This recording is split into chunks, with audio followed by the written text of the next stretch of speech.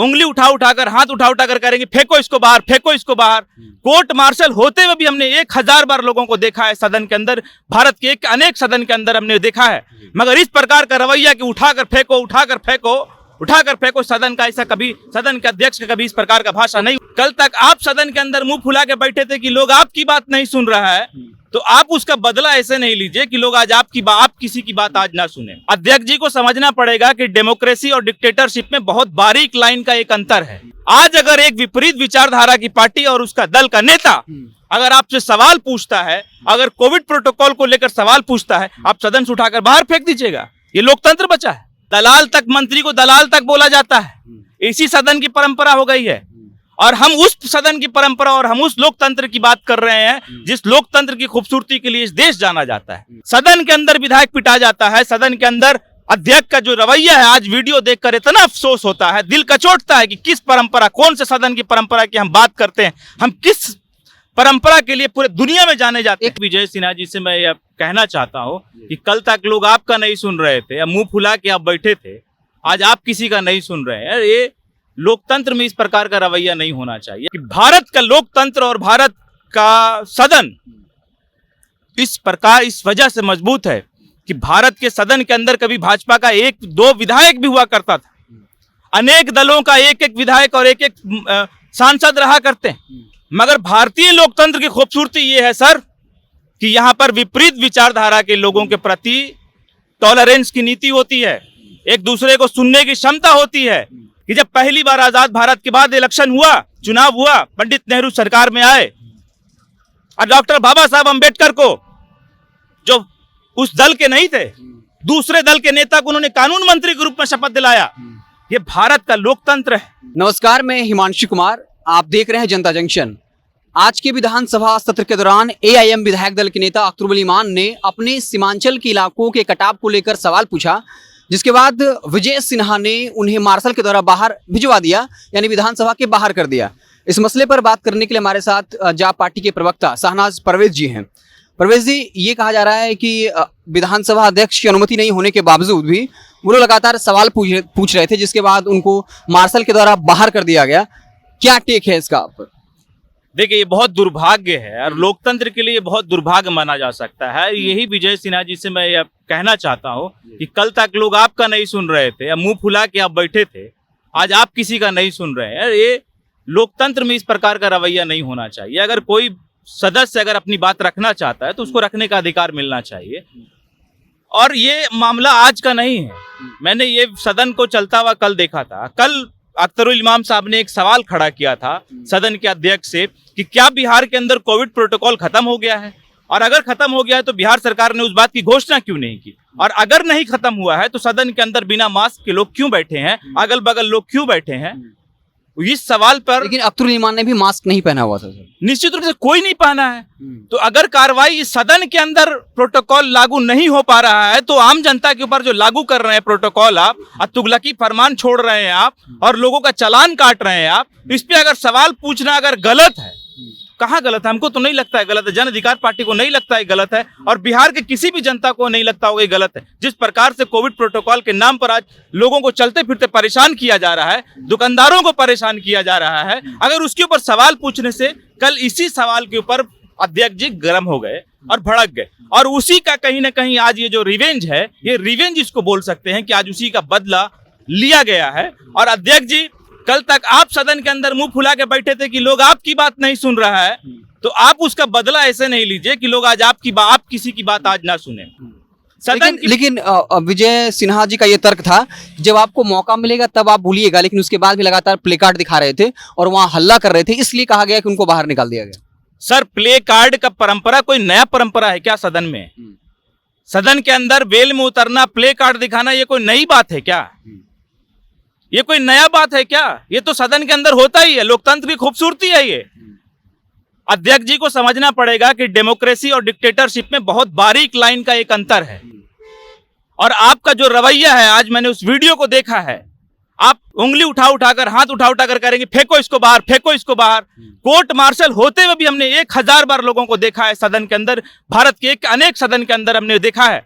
मगर इस प्रकार का रवैया कि उठाकर फेंको, उठाकर फेंको, उठाकर फेंको सदन का। ऐसा कभी सदन के अध्यक्ष का कभी इस प्रकार का भाषा नहीं क्या हुआ ये माना जाए कि जाप पार्टी एआईएमएम पार्टी का समर्थन कर रही है? देखिए, वैचारिक रूप से कोई भी दल किसी के साथ गलत होगा, जन अधिकार पार्टी उसके साथ खड़ी होगी। और जन अधिकार पार्टी ये मानती है आज कि अख्तरुल इमाम साहब का कल का सवाल और आज का सवाल, उनके क्षेत्र से जुड़ा हुआ कटाई की समस्या को लेकर अगर सवाल खड़ा कर रहे हैं, वो उनका अधिकार है और वो सवाल खड़ा करने के लिए ही सदन के मेंबर बने हैं।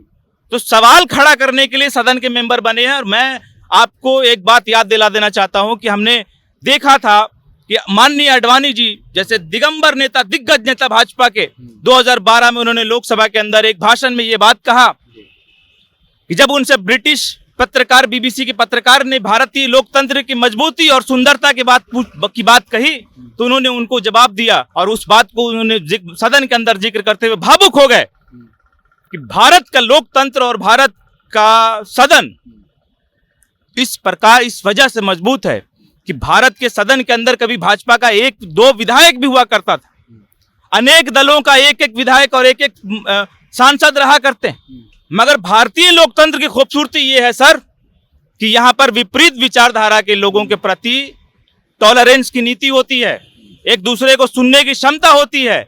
आज अगर एक विपरीत विचारधारा की पार्टी और उसका दल का नेता अगर आपसे सवाल पूछता है, अगर कोविड प्रोटोकॉल को लेकर सवाल पूछता है, आप सदन से उठाकर बाहर फेंक दीजिएगा। ये लोकतंत्र बचा है।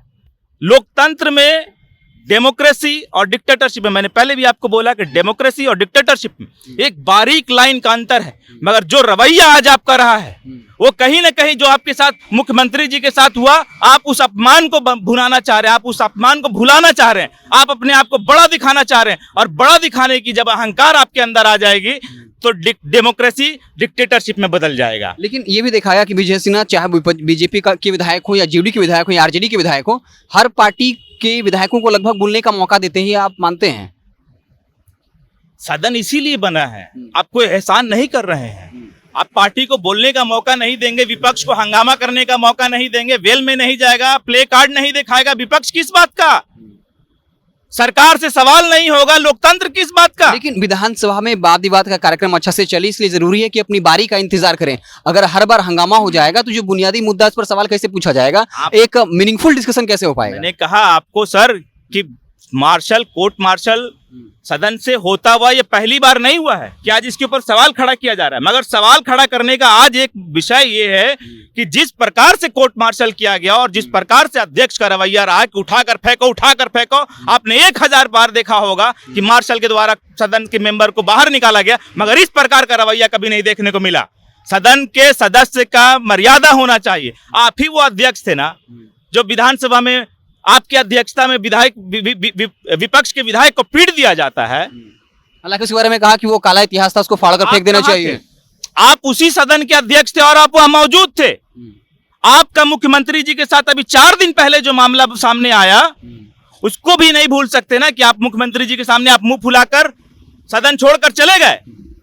आप कई दिनों तक सदन के अंदर नहीं आए और आप केवल और केवल आज हमको लग रहा है कि आप अपना व्यक्तित्व को बड़ा दिखाने के चक्कर में आज इस प्रकार का घटना को अंजाम आपने दिया है।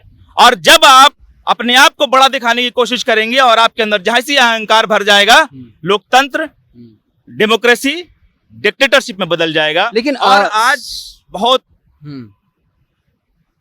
इज्जत के साथ, बहुत हाथ जोड़ के मैं विधानसभा अध्यक्ष विजय सिन्हा जी को कहना चाहता हूं कि जो भाषण 2012 में आडवाणी जी ने लोकसभा के अंदर दिया, आप एक बार उसको अध्ययन कर लीजिए, आप एक बार उसको सुन लीजिए कि इस देश का इतना बड़ा नेता भी अगर सदन की परंपरा क्या है उसको जब उन्होंने बात किया, आप सुन के भावुक हो जाएंगे कि सदन की परंपरा क्या। ये इसी सदन, ये भारतीय लोकतंत्र और भारतीय सदन की परंपरा रही कि जब पहली बार आजाद भारत के बाद इलेक्शन हुआ, चुनाव हुआ, पंडित नेहरू सरकार में आए और डॉक्टर बाबा साहब अंबेडकर को, जो उस दल के नहीं थे, दूसरे दल के नेता को उन्होंने कानून मंत्री के रूप में शपथ दिलाया। ये भारत का लोकतंत्र है, ये भारत का सदन का इतिहास है। ठीक है, अगला सवाल ये होगा कि जो अख्तरुल इमान ने जिस शब्द का इस्तेमाल किया, डबल स्टैंडर्ड को हिंदी में इंग्लिश में कह दिया, ठीक है, लगता है कि वो शब्द मर्यादा के अनुकूल था जो जिस शब्द का प्रयोग एमएम के विधायक दल के नेता ने किया? अब बताइए कि इस प्रकार का सदन, इस भाषा का प्रयोग पहली बार हुआ है क्या? अभी 4 दिन पहले विधान परिषद में किस प्रकार की भाषा का प्रयोग किया यानी गया। अगर किसी ने गलती किया तो क्या इस बात की क्या ये प्रूफ हो जाएगा कि आप भी ऐसी गलती कर सकते हैं, इस तरह के शब्द का इस्तेमाल कर सकते हैं? उसके लिए प्रोविजन है ना कि आप रिकॉर्ड के बाहर डाल सकते हैं, स्टेटमेंट को रिकॉर्ड से बाहर निकलवा सकते हैं, आप कोर्ट मार्शल कीजिए। लगता है कि ऐसे शब्द का प्रयोग नहीं करना चाहिए था उनको। निश्चित रूप से ऐसे शब्दों का प्रयोग नहीं करना चाहिए था, मगर सवाल तो बिल्कुल जायज था, तरीका सही होना सवाल चाहिए। बिल्कुल जायज था। अगर उन्होंने कोई शब्द का गलत प्रयोग कर लिया, ये उनकी बात हो सकता है कि वो 2 दिन के बाद या कल होकर माफी मांग लेते, मगर मैं सदन की इधर 1 साल 1.5 साल के रिकॉर्ड में सदन के अंदर इस प्रकार के अनेक भाषाओं का प्रयोग किया गया। माँ बहन तक की गाली दे दी गई, किसने दे दी कि मां बन की गाली? दलाल तक, मंत्री को दलाल तक बोला जाता है।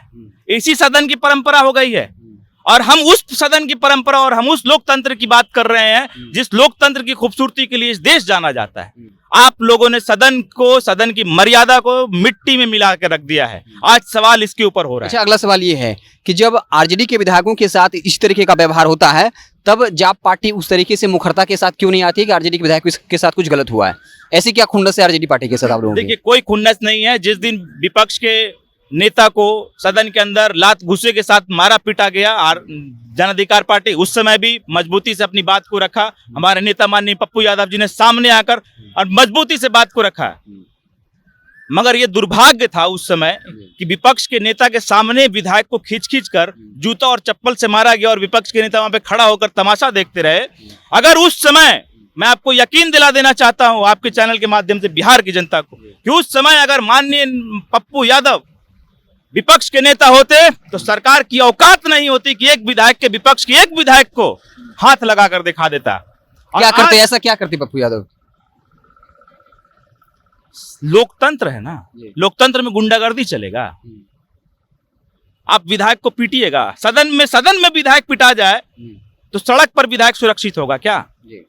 सदन के अंदर विधायक पिटा जाता है, सदन के अंदर अध्यक्ष का जो रवैया है, आज वीडियो देखकर इतना अफसोस होता है, दिल कचोटता है कि किस परंपरा, कौन से सदन की परंपरा की हम बात करते हैं, हम किस परंपरा के लिए पूरे दुनिया में जाने जाते हैं। एक लास्ट सवाल रहेगा सना जी, आपने कहा कि बीजेपी के विधानसभा अध्यक्ष ने गलत किया, नहीं करना चाहिए, लेकिन अमूमन देखा जाता है कि जिस पार्टी की भी सरकार रहती है और विधानसभा अध्यक्ष इस पार्टी से होते हैं, तो बीजेपी के अलावा कोई और पार्टी हो, चाहे वो महाराष्ट्र में हो, झारखंड में हो, इस तरीके का व्यवहार जो है उस पार्टी के कोटे से जो विधानसभा अध्यक्ष होते हैं वो ऐसा करते हैं। हमने पूछा आपसे कि आपके पास कोई ऐसा फुटेज हो, कोई ऐसा वीडियो हो जिसमें किसी विधानसभा के अध्यक्ष या लोकसभा के अध्यक्ष ने किसी को कोर्ट मार्शल करते हुए ये कहा होगा कि उसको उठाओ और फेंको, उठाओ फेंको, फेंको फेंको बाहर, फेंको फेंको बाहर फेंको। इस प्रकार का रवैया अगर कहीं आपके पास होगा, आप हमको दिखा दीजिएगा। कोर्ट मार्शल, मैंने पहले भी आपको बोला कि कोर्ट मार्शल और मार्शल का प्रयोग अनेक बार हुआ है, हजारों बार भारत के इतिहास में हुआ है, बिहार के इतिहास में हुआ है, मगर जिस प्रकार का रवैया, जिस शब्द का इस्तेमाल किया, उठा के फेंको, जो प्रकार का रवैया है, मैं ये आज सवाल ये खड़ा होता है कि क्या आपके साथ जो 4 दिन पहले हुआ मुख्यमंत्री जी के साथ और आपके साथ जो अनबन हुई, आप उस अनबन के भेदभाव में तो नहीं आ गए? आपको उस समय लगा कि आपको छोटा दिखाया गया, आप सदन के बाद सदन से मुंह फुलाकर चले गए, सदन के अंदर मौजूद नहीं रहे कई दिन तक। उसके बाद जब आप वापस आते हैं तो आप अपने आप को बड़ा दिखाने की कोशिश करते हैं। मेरा केवल इतना सवाल है कि आप जब बड़ा दिखाने की कोशिश करते हैं, आपके अंदर अहंकार आ जाएगा, और जब अहंकार आ जाएगा तो डेमोक्रेसी और डिक्टेटरशिप का लाइन टूट जाएगा। चलिए, तो हमारे साथ जहाँ पार्टी के प्रवक्ता शाहनवाज परवेज थे। एआईएम के विधायक अब्दुल ईमान ने अपने क्षेत्र के कटाव को लेकर सवाल उठाया था, जिसके बाद विधानसभा अध्यक्ष विजय सिन्हा ने मार्शल के जरिए कहा कि इनको आप बाहर कर दीजिए। तो साफ तौर पे जाप पार्टी ने एआईएम के विधायक के साथ जो कुछ हुआ उसके समर्थन में आए हैं और कहा कि ये लोकतंत्र की गरिमा के खिलाफ है, ऐसा बिल्कुल नहीं होना चाहिए था। मार्शल के जरिए विधायकों को बाहर किया जाता है, लेकिन कम से कम जिस तरीके से कहा गया कि इनको बाहर फेंको, ये नहीं होना चाहिए था। आप देखते रहे जनता जंक्शन। बहुत बहुत धन्यवाद।